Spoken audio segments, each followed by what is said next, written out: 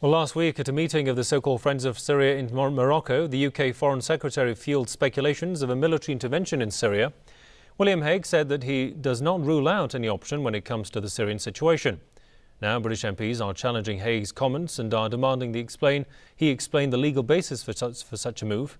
In a letter to Hague, the MPs voiced concern about a possible military intervention in Syria. They called on the Foreign Secretary to consider the value, legitimacy and legality of such an intervention.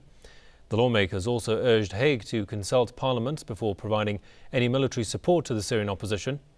British MPs' letters comes just a day after Press TV aired an interview with the British Foreign Office spokesperson.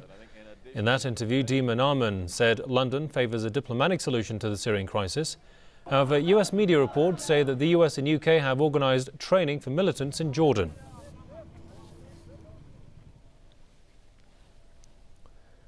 To discuss this more, I'm joined from Berkeley by Ralph Schoenman, political commentator. Welcome to the programme. So, Mr. Schoenman, just how imminent is the threat of an actual foreign military intervention in Syria with US and UK forces involved?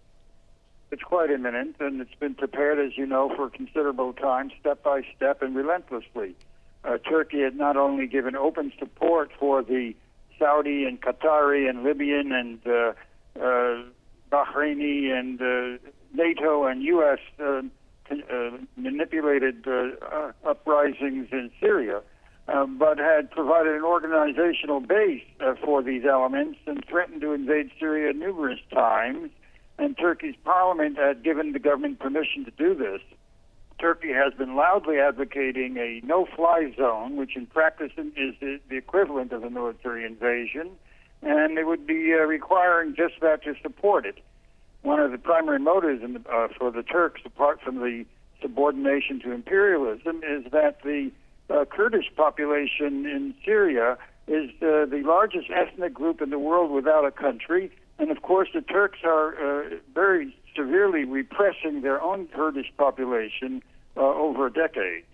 So the dynamics of Turkish involvement are that of providing the basis for invasion. And this was amplified in the meetings on Friday, where the United States Defense Secretary Leon Panetta announced that the American military would begin deployment of Patriot missile batteries along with 400 U.S. troops along the Turkish-Syrian border, joined by 400 German and 360 Dutch soldiers to operate missile batteries under the pretext of defense against a possible Syrian attack on Turkey entirely invented. This is a significant escalation of the drive of the United States, because the missile systems are to be deployed as air cover for the rebel forces, which are essentially Islamic fundamentalist forces aligned with the Sunni desire to destroy the Alawite and non-sectarian government of the president. That's the underlying politics here, to destabilize and fragment the Syrian nation as such, right, regardless of the degree of opposition in the population to very many aspects of the rule of the government. This operation has zero to do with popular aspirations, and the more it is unfolded, the more the population is rallied behind the government because of the viciousness of these mercenary killers and the indiscriminate killing that they have unleashed. Right. Now, Mr. Schoenman, very briefly, how much do you think Russia and China would be involved in a military confrontation there?